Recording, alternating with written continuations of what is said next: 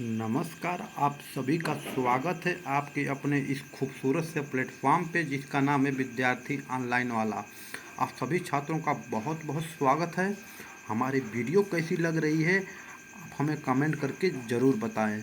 विद्यार्थियों, आज हम जानेंगे बीटीसी प्रथम सेमेस्टर के प्रथम प्रश्न पत्र को, जिसका नाम है बाल विकास एवं सीखने की प्रक्रिया।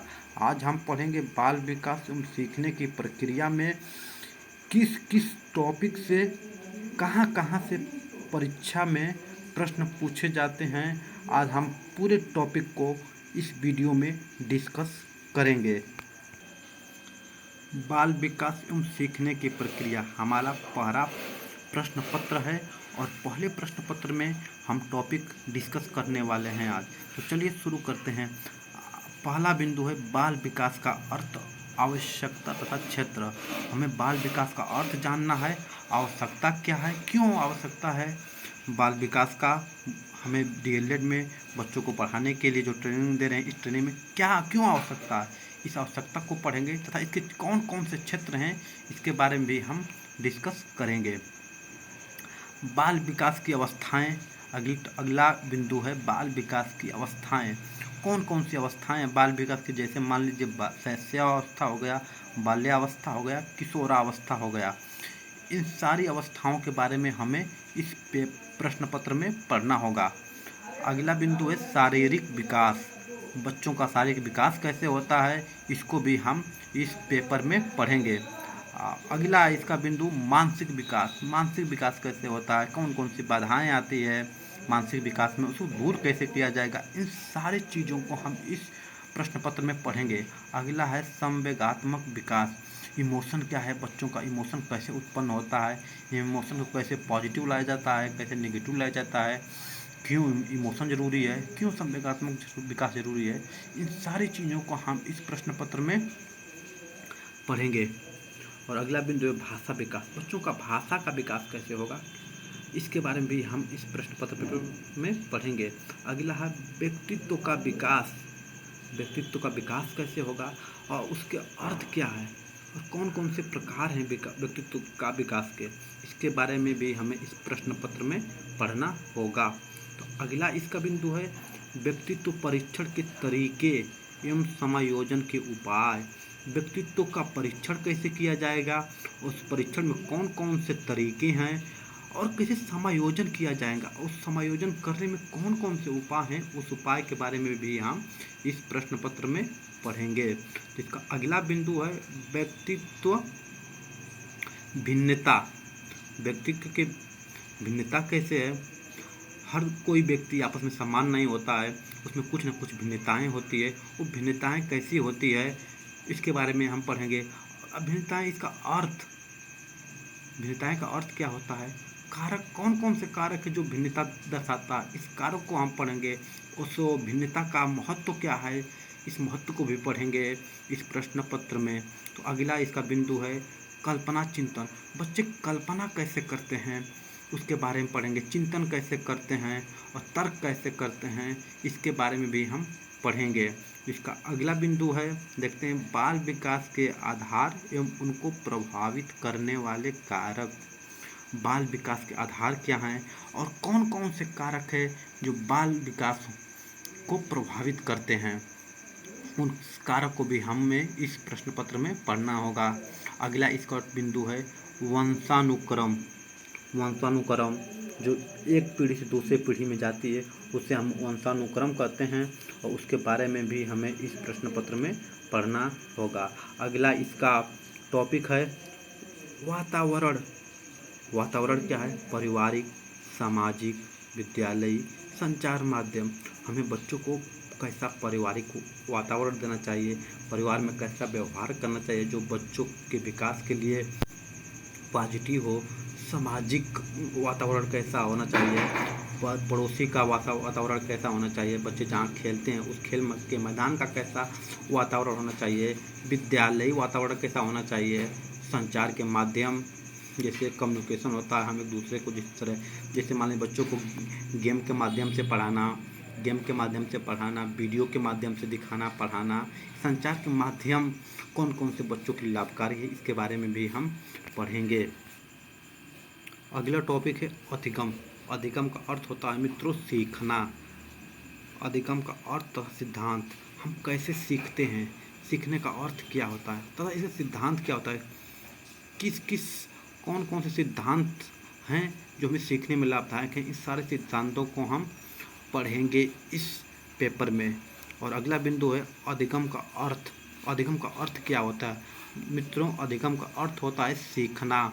उसके प्रभावित करने वाले कारक कौन कौन से कारक है जो हमें सीखने में प्रभावित करते हैं, इन कारकों को भी हम पढ़ेंगे इस प्रश्न पत्र में। तो अगला बिंदु है अधिगम की प्रभावशाली विधियाँ।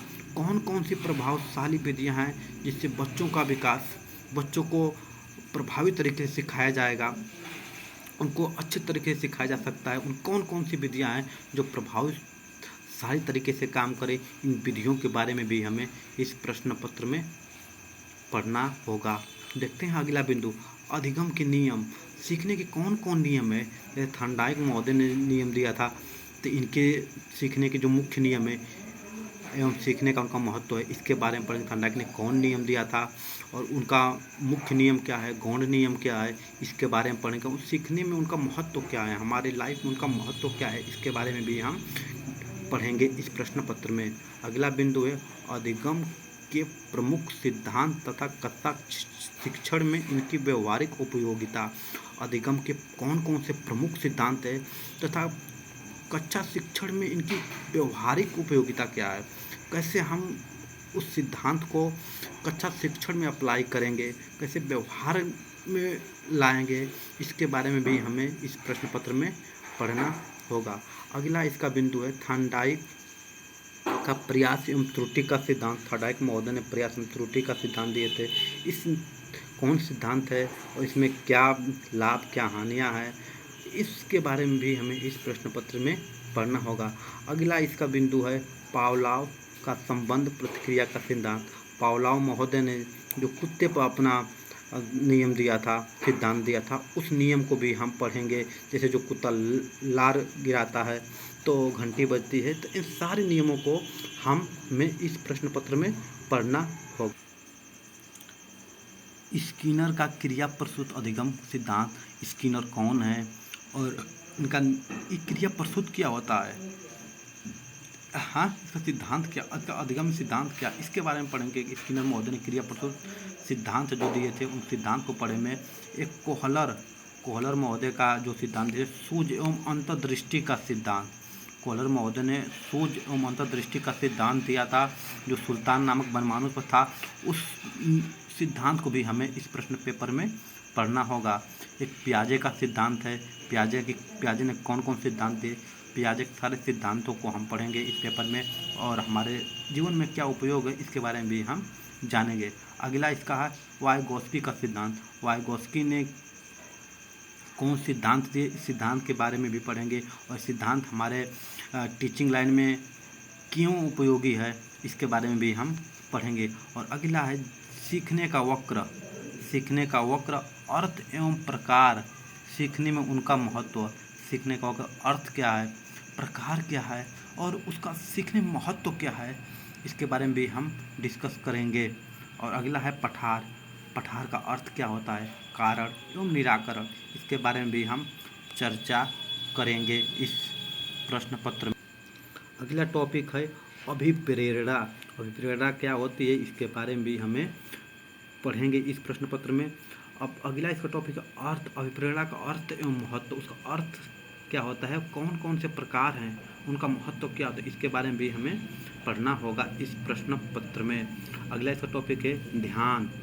ध्यान क्या होता है और ध्यान के अर्थ क्या होता है, ध्यान के प्रकार क्या होता है और ध्यान को प्रभावित करने वाले कौन कौन से कारक हैं जो ध्यान को प्रभावित करते हैं, इन सबको हमें पढ़ना होगा इस प्रश्न पत्र में। और अगला हमारा बिंदु है रुचि।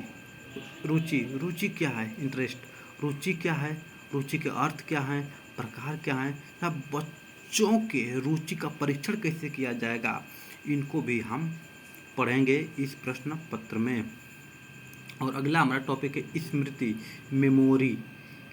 क्या अर्थ क्या होता है स्मृति का, प्रकार क्या होता है, तो अच्छी स्मृति को प्रभावी कारक, स्मृति क्या होता है, अर्थ क्या होता है, प्रकार क्या होता है, अच्छी स्मृति को प्रभावित कारक कौन कौन से, इसके बारे में भी हम पढ़ेंगे। अगला विस्मरण का अर्थ, कारण एवं महत्व। विस्मरण क्या है?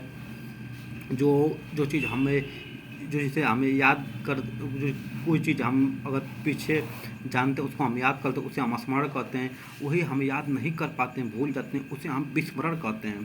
तो विस्मरण का अर्थ क्या होता है, कारण क्या है, महत्व क्या, इसके बारे में भी हमें इस टॉपिक पे पढ़ना होगा। अगली है सांख्यिकी। थोड़ा सा सांख्यिकी है, और इसमें सांख्यिकी में क्या पढ़ना है, अर्थ, सांख्यिकी का अर्थ क्या होता है, महत्व क्या होता है, आंकड़ों का रेखीय चित्रीय निरूपण। जो आंकड़ा होता है उसको कैसे हम व्यवस्थित ढंग से रेखीय चित्रीय निरूपण करेंगे, इसके बारे में भी हमें पढ़ना होगा। और अगला टॉपिक है माध्य, माध्यिका एवं बहुलक। माध्य क्या होता है, माध्यिका क्या होता है, बहुलक क्या होता है। बस हमें सांख्यिकी में बस यही छोटे छोटे टॉपिक पढ़ना है।